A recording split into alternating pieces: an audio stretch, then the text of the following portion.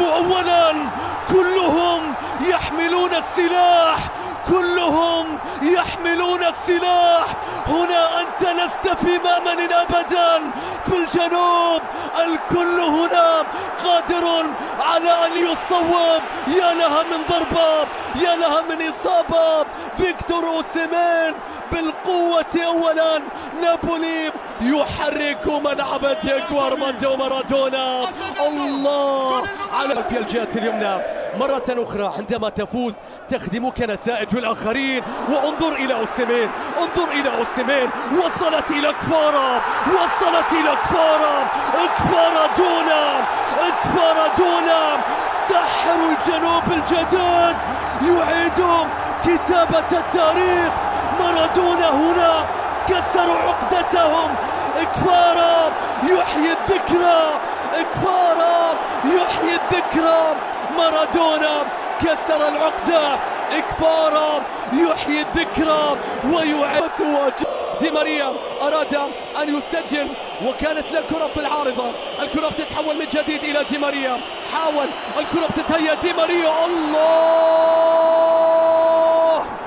من يلعب دور البطل لا يتركه وإن تغير المشهد وإن تغير المكان. بعد خدمته لوطنه الآن دي ماريا في خدمة السيد العجوز يسجل هدفا لليوفنتوس ويعيد الحظوظ ويعيد الآمال.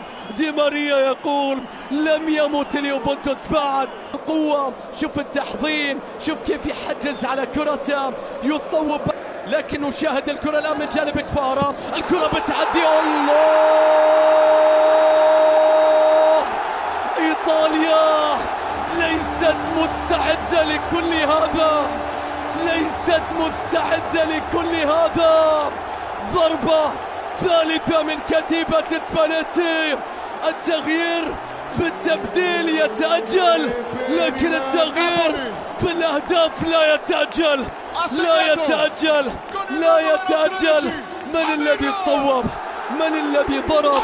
الله على النقلات، الله على التصويب، الله على نابولي. فيها الكرة تصطدم في ماريو روي.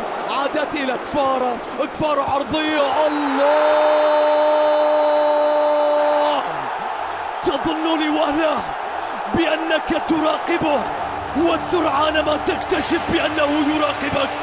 إنه يبحث عن ضحية جديدة في كل مرة.